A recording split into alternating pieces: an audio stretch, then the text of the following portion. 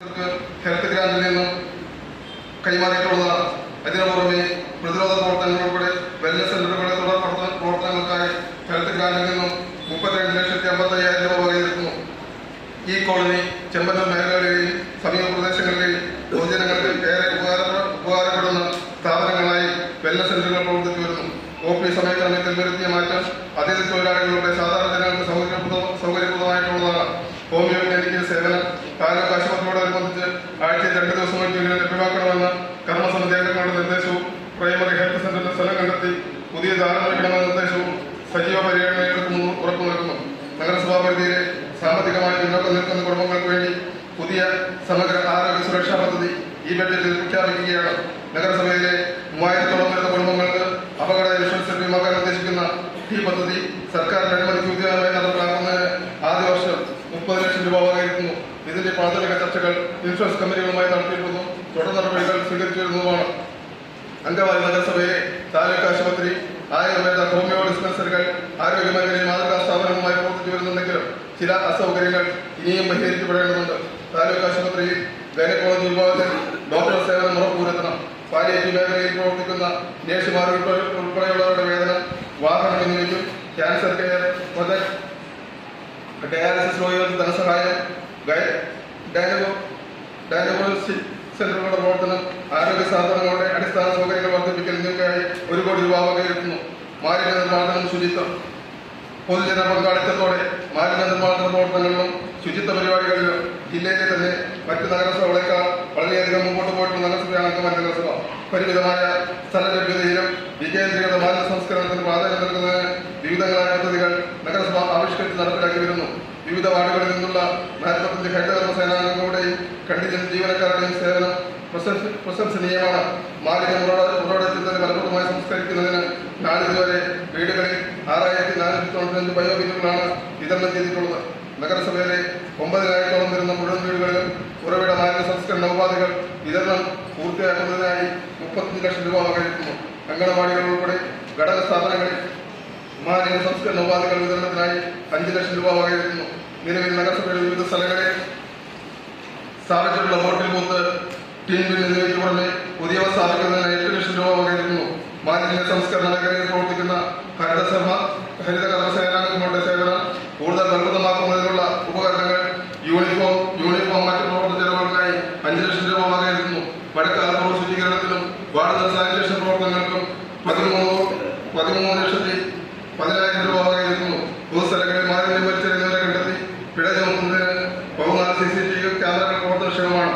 ഇതിനു പുറമെ ഉപകരണം കൂടി അടിയന്തരമായി സ്ഥാപിക്കുന്നതിന് 25 ലക്ഷം രൂപ വകയിരുത്തുന്നു. KSWMP നഗരപ്രദേശങ്ങളിലെ മാലിന്യ പരിപാലന സേവനങ്ങൾ ശക്തിപ്പെടുത്തുന്നതിനും നൂതന സംവിധാനങ്ങളിലൂടെ പോരായ്മകൾ വിലയിരുത്തുന്നതിനുമുള്ള പദ്ധതികൾ ഏറ്റെടുക്കുവാൻ ആവശ്യമായ ധനസഹായം നൽകുന്നതിന് കേരള സർക്കാർ ലോകബാങ്കിന്റെ സഹായത്തോടെ നടപ്പിലാക്കുന്ന പദ്ധതിയാണ് KSWMP.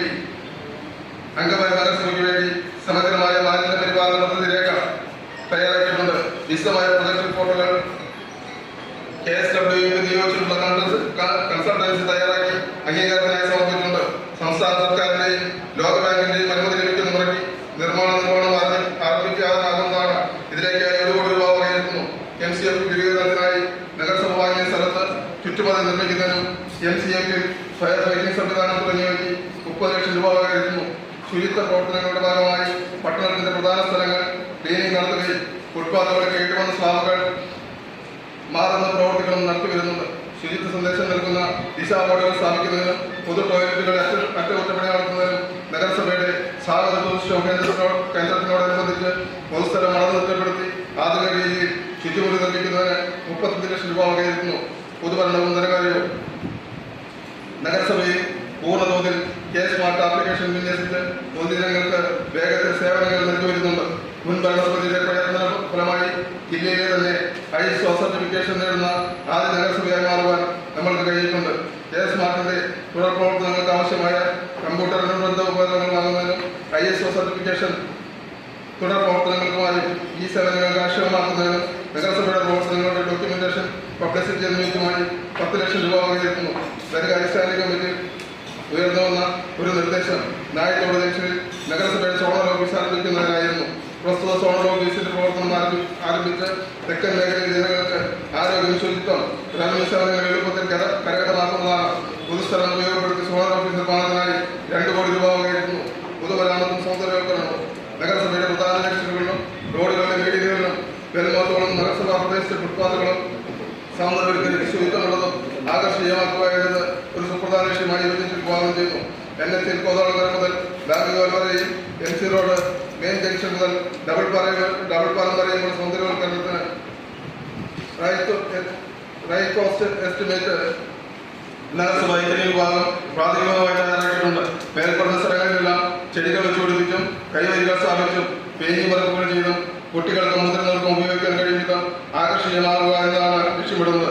ഇക്കാര്യത്തിൽ വ്യാപാരി സമൂഹത്തിന്റെയും വിവിധ സ്ഥാപനങ്ങൾ, സംഘടനകൾ എന്നിവരുടെ സഹകരണവും പുനർപരിപാലനം ഉറപ്പാക്കും. ശുചിത്വമുള്ള നഗരവും ആരോഗ്യമുള്ള തലമുറയും അഴകോടെ അങ്കമാലി എന്ന ലക്ഷ്യത്തിലേക്ക് സഹായകരമാകുന്ന ഈ പദ്ധതി വ്യാപാര മേഖലയുടെ വളർച്ചയ്ക്കും പുരോഗതിക്ക് പരോക്ഷമായി സഹായകരമാകും. ഇതിലേക്ക് ICSR ഫണ്ടിന്റെ ലഭ്യത കൂടി കണക്കിലെടുക്കുന്നതാണ്. മേൽപ്പറഞ്ഞ പ്രവർത്തനങ്ങൾക്കായി 60 ലക്ഷം രൂപ വകയിരുത്തുന്നു. ഹാപ്പിനെസ് പാർക്കുകൾ ആരോഗ്യമുള്ള തലമുറ രാഷ്ട്രീയങ്ങളുടെ വളർച്ചയ്ക്കും സുസ്ഥിര വികസനത്തിനും അത്യന്താപേക്ഷിതമാണ്. ജീവിതശൈലി രോഗങ്ങൾ വർദ്ധിച്ചു വരുന്ന കാലഘട്ടത്തിൽ എല്ലാവർക്കും ഉപയോഗിക്കാൻ കഴിയും വിധം തുറസായ പൊതുയിടങ്ങൾ വികസിപ്പിക്കേണ്ടതുണ്ട്. നഗരസഭയുടെ 7ാം വാർഡിൽ ഹാപ്പിനെസ് പാർക്കിന്റെ നിർമ്മാണം പൂർത്തീകരിച്ചു വരുന്നു. പഴയ നഗരസഭാ ഓഫീസിനോടനുബന്ധിച്ച് നഗരസഭയ്ക്ക് കൈമാറുമെന്ന് ധാരണയായ സ്ഥലം നമ്മുടെ ഉടമസ്ഥതയിലാക്കി ഈ സ്ഥലത്ത് പൊതുശുചിമുറി, ഓപ്പൺ ജിം ഉൾപ്പെടെ ആധുനിക സൗകര്യങ്ങളോടെയുള്ള ഹാപ്പിനെസ് പാർക്ക് നിർമ്മിക്കുന്നതിന് 30 ലക്ഷം രൂപയും വിവിധ വാർഡുകളിലെ ഹാപ്പിനെസ് പാർക്കുകളുടെ നിർമ്മാണത്തിനായി 30 ലക്ഷം രൂപയും വകയിരുത്തുന്നു. പണി പൂർത്തീകരിച്ചിരുന്ന പഴയ മുനിസിപ്പൽ കെട്ടിട നവീകരണം പൂർത്തീകരണത്തിനായി 2 കോടി 5 ലക്ഷം രൂപ വകയിരുത്തുന്നു. ആരോഗ്യപാത നിർമ്മാണ പൂർത്തീകരണത്തിനും പുതിയ ആരോഗ്യപാതകളുടെ നിർമ്മാണത്തിനും 30 ലക്ഷം രൂപ വകയിരുത്തുന്നു. ഗുണപരമായ ഗതാഗത ശൃംഖലയും സുരക്ഷിതമായ സഞ്ചാര സൗകര്യങ്ങളും ഇന്ന് ഈ പട്ടണത്തിന്റെ വളർച്ചയ്ക്ക് അത്യാവശ്യ ഘടകമാണ്. നാളുകളായി അങ്കമാലി നഗരസഭ അനുഭവിച്ചുകൊണ്ടിരിക്കുന്ന ഗതാഗത കുരുക്കിന് ശാശ്വത പരിഹാരം കണ്ടെത്തുന്നതിന് സാധിച്ചിട്ടുണ്ട്. ഗതാഗത കുരുക്ക് പരിഹരിക്കുന്നതിനായി ഫുട് ഓവർ ബ്രിഡ്ജ് സ്ഥാപിക്കണമെന്ന ആവശ്യം വിവിധ തലങ്ങളിൽ നിന്നും നിർദ്ദേശിക്കപ്പെട്ടിട്ടുള്ളതാണ്. വ്യാപാര സ്ഥാപനങ്ങളുടെ വളർച്ചയ്ക്കും അതിലുപരി പൊതുജനങ്ങളുടെ സുരക്ഷിത സഞ്ചാരം തടസ്സപ്പെടുത്തുന്ന ഗതാഗത കുരുക്ക് പരിഹാര പദ്ധതിക്കായി 30 ലക്ഷം രൂപ വകയിരുത്തുന്നു. ബഹുമാനപ്പെട്ട സംസ്ഥാന സർക്കാർ ഉൾപ്പെടെ മറ്റ് അധികാര സ്ഥാപനങ്ങളുമായി സഹകരിച്ച് ഇക്കാര്യത്തിൽ ഉചിതമായ നടപടി സ്വീകരിക്കുമെന്ന് ഉറപ്പു നൽകുന്നു. നഗരസഭയുടെ വിവിധ വാർഡുകളിലൂടെ കടന്നുപോകുന്ന ഇറിഗേഷൻ കനാൽ, ബണ്ട് റോഡുകൾ ഉപയോഗിക്കുന്നവർക്ക് അപകടരഹിത സഞ്ചാരം ഉറപ്പാക്കുന്നതിനായി കൈവരികൾ സ്ഥാപിക്കുന്നതിന് ഈ ബഡ്ജറ്റിൽ 30 ലക്ഷം രൂപ വകയിരുത്തുന്നു.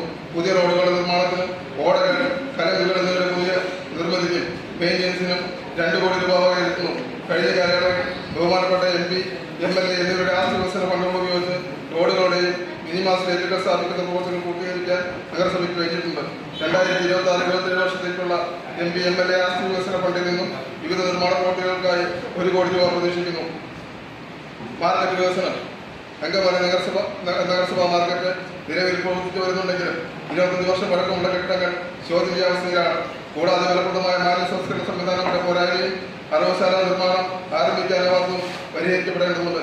നഗരസഭാ മാർക്കറ്റിന്റെ ഭാവി വികസന സാധ്യതകൾ ഉൾക്കൊള്ളുന്ന ഒരു രൂപരേഖ തയ്യാറാക്കുന്നതിന് ഈ ബഡ്ജറ്റ് ലക്ഷ്യമിടുന്നു. പ്രസ്തുത രൂപരേഖയിൽ മാറുന്ന കാലത്തിനൊപ്പം ആധുനിക സംവിധാനങ്ങളോടെ പൊതുജനങ്ങൾക്ക് ശുദ്ധമായ ഇറച്ചി, മാംസങ്ങളും മീൻ, മറ്റ് നിത്യോപയോഗ സാധനങ്ങൾ ഗുണപരമായി നൽകുന്നതിനും കുട്ടികൾക്കുള്ള എന്റർടൈൻമെന്റ് പാർക്ക് ഉൾപ്പെടെ സമഗ്ര വികസനത്തിന് മാസ്റ്റർ പ്ലാൻ തയ്യാറാക്കി ഘട്ടം ഘട്ടമായി പൂർത്തീകരിക്കുന്നതാണ് ലക്ഷ്യമിടുന്നത്. മാർക്കറ്റിനോടനുബന്ധിച്ച് തന്നെ ആധുനിക അറവശാലയും ബയോഗ്യാസ് പ്ലാന്റുകളും ഉൾപ്പെടുത്തി മാർക്കറ്റ് നവീകരണത്തിനായി DPR തയ്യാറാക്കും. ഇതിലേക്കായി മാർക്കറ്റ് നിലവിലെ ലൈസൻസുകളിൽ വ്യാപാരി വ്യവസായ പ്രതികളുടെ മാലിന്യ പരിപാലനത്തിൽ പ്രാവീണ്യമുള്ള സാങ്കേതിക വിദഗ്ധരുടെ സ്ഥാപനങ്ങളുടെ സഹകരണം നേടുന്നതാണ്. മാർക്കറ്റിൽ നിലവിൽ നിർമ്മിക്കാൻ ഉദ്ദേശിക്കുന്ന അറവശാലയ്ക്കായി 1 കോടി രൂപയും മാർക്കറ്റ് നവീകരണത്തിനായി 5 കോടി രൂപയും നീക്കിവെക്കുന്നു. ഇതിലേക്കായി ഫിഷറീസ് ഡിപ്പാർട്ട്മെന്റ്, സാഫ് ഉൾപ്പെടെ വിവിധ വകുപ്പുകളിൽ നിന്നുള്ള ഫണ്ടുകളുടെ സംയോജന സാധ്യതകൾ പരിഗണിച്ച് മാർക്കറ്റ് സമഗ്ര നവീകരണം ഈ ഭരണസമിതിയുടെ കാലഘട്ടത്തിൽ പൂർത്തീകരിക്കുന്നതാണ്. സാമൂഹ്യനീതി, സാമൂഹ്യക്ഷേമം. അങ്കണവാടികൾ. അങ്കമാലി നഗരസഭയിൽ 31 അങ്കണവാടികളാണ് പ്രവർത്തിക്കുന്നത്. അതിൽ 25 സ്വന്തം കെട്ടിടത്തിലും 6 വാടക കെട്ടിടത്തിലും പ്രവർത്തിക്കുന്നു. സ്വന്തമായ സ്ഥലമില്ലാത്ത അങ്കണവാടി കെട്ടിടങ്ങൾ സ്ഥലമാകുന്നതിനും പുതിയ നിർമ്മാണത്തിനും 1 കോടി രൂപ വകയിരുത്തുന്നു. അങ്കണവാടികളിൽ പഠിക്കുന്ന കുട്ടികൾക്ക് പോഷകാഹാര വിതരണത്തിനായി 30 ലക്ഷം രൂപയും വകയിരുത്തുന്നു. അങ്കണവാടികളുടെ വൈദ്യുതി, കുടിവെള്ളം, ഇന്റർനെറ്റ്, ഫർണിച്ചർ എന്നിവയ്ക്കായി 3 ലക്ഷം രൂപയും വകയിരുത്തുന്നു. വയോമിത്രം. കേരള സാമൂഹ്യ വൈദ്യുതിനായി 2 ആയമാരും പ്രവർത്തിക്കുന്നുണ്ട്. സ്കൂൾ കെട്ടിടത്തിൽ